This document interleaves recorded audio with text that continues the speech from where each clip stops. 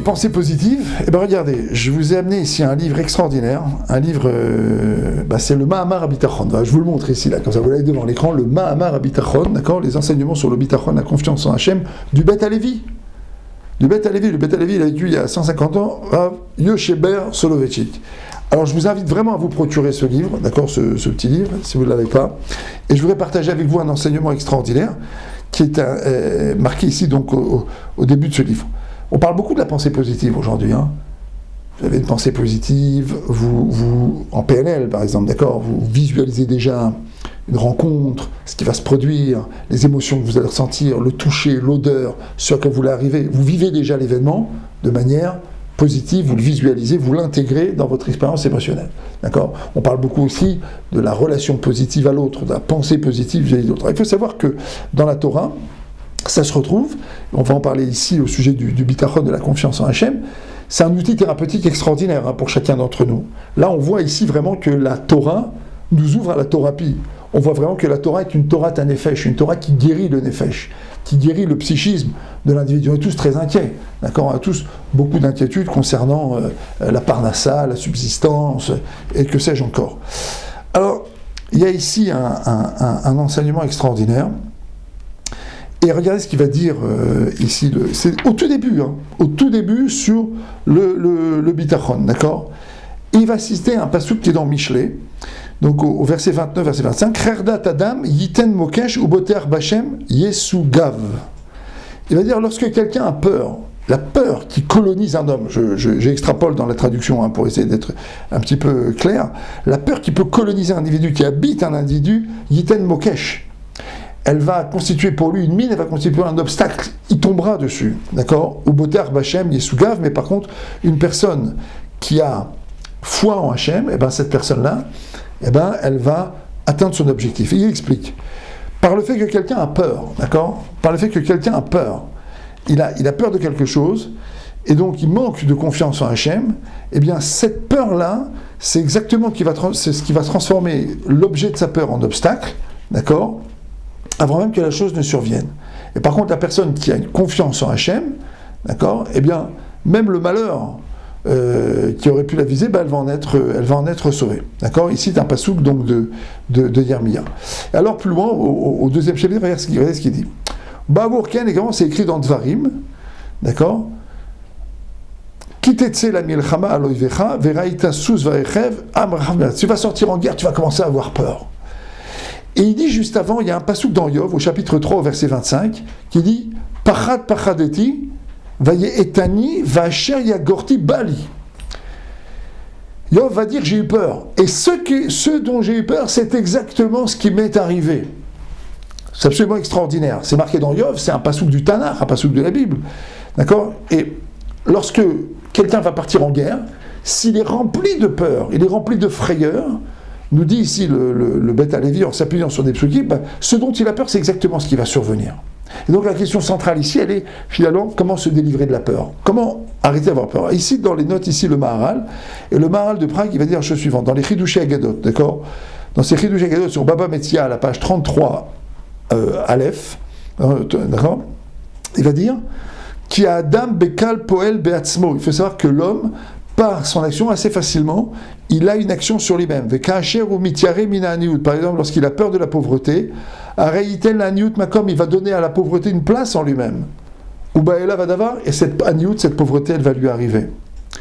Et c'est exactement comme a dit Yov, ce dont j'ai eu peur, c'est exactement ce qui m'a atteint, ce qui m'est arrivé. Lorsqu'un individu a peur d'une chose, d'accord, il se fait tout petit devant cette chose-là qui devient énorme. Il a peur de la pauvreté devient quelque chose d'énorme. Et lui, il a complètement peur, il est complètement effrayé.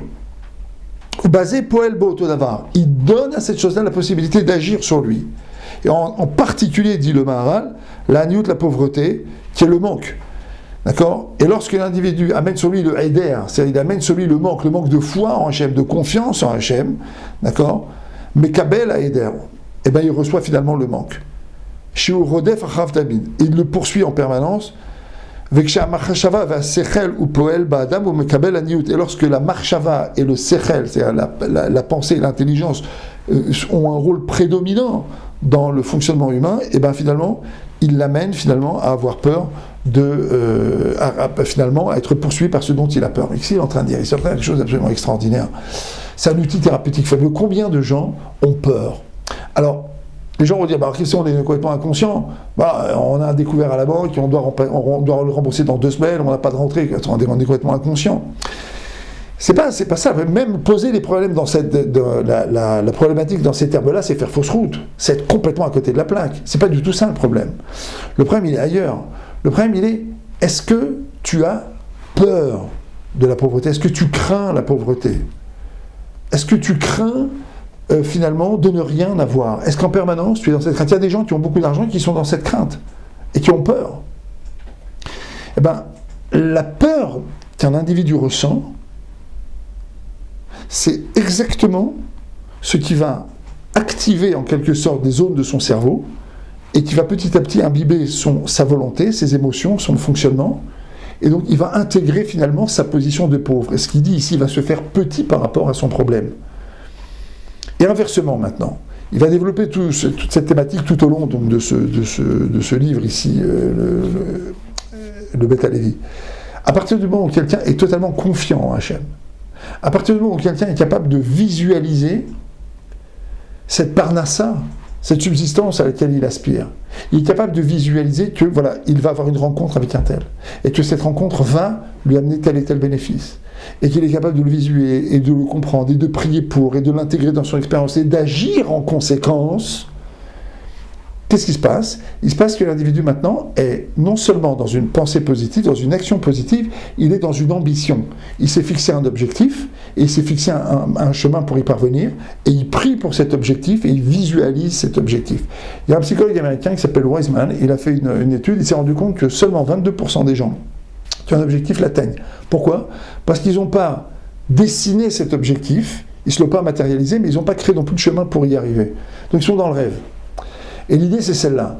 L'idée de la pensée positive, c'est non seulement de développer une confiance en Hachem, de développer une confiance absolue dans le fait qu'Hachem veut notre bien, Hachem nous aime et Hachem veut qu'on arrive à un bon résultat, mais en même temps de faire la ishtadlut, de faire l'effort qu'il faut, c'est-à-dire visualiser, préparer un chemin pour y arriver et remplir chacune de ces étapes d'une confiance absolue et d'une visualisation claire et nette de ce résultat auquel on va arriver. Donc créer des énergies positives, créer un ancrage positif et créer une vision positive. Ok, jusque-là, ceux qui m'écoutent peuvent dire, ok, vous nous avez mis ici dans des psukim, dans des versets qui sont écrits depuis plus de 3000 ans, et ben vous nous avez mis ici l'origine de la PNL. Je vais vous dire un petit peu plus que ça maintenant. C'est que le cerveau, c'est le siège de la Neshama. Maintenant, la Neshama, la partie divine que nous avons en nous, elle est connectée au monde supérieur. On en parlera dans les cours sur les addictions. Elle est connectée au monde supérieur.